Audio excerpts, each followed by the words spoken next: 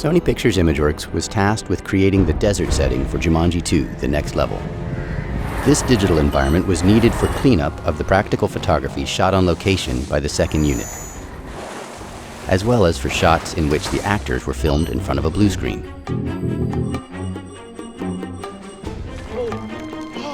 To begin our process, we needed a digital representation of our location, so we employed a photogrammetry technique using drones to photograph the desert location and then process this data using a combination of Agisoft's Metashape and SideFX Houdini to produce a highly accurate model of our location.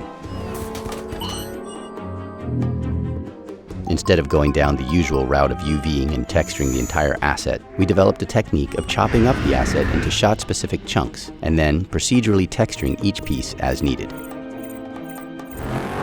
Using this technique meant that we could easily augment or replace practical dunes whenever necessary.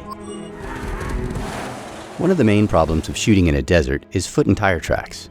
Our specific shooting location was full of tire tracks from dune buggy enthusiasts, in addition to those from our production crew. Rather than repeatedly painting these out, which is a slow and laborious process, we replaced the practical sand dunes with CG versions in order to make them appear uninhabited. We found that racing through an empty desert with nothing but ripples in the sand to produce parallax didn't provide the desired intensity or peril. In order to enhance the sense of speed and give the shots more emotional tension, we added little patches of pebbles, twigs, and small desert shrubs with our proprietary software called Sprout. This software allows us to quickly paint in instances of plants and rocks, adding more visual variety and important reference details to any shot.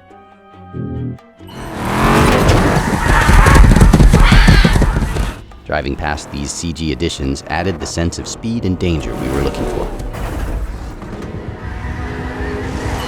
The sequence finale involves a huge gorge that our heroes need to cross in order to escape the menacing horde of ostriches bearing down on them.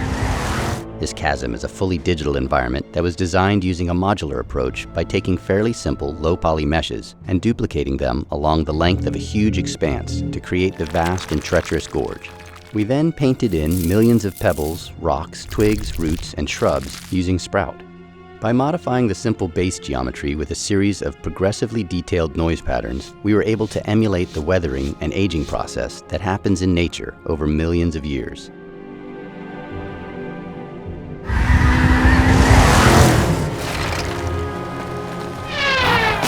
Combining these techniques added the complexity required to achieve the photorealistic look of the exciting and dangerous world of Jumanji.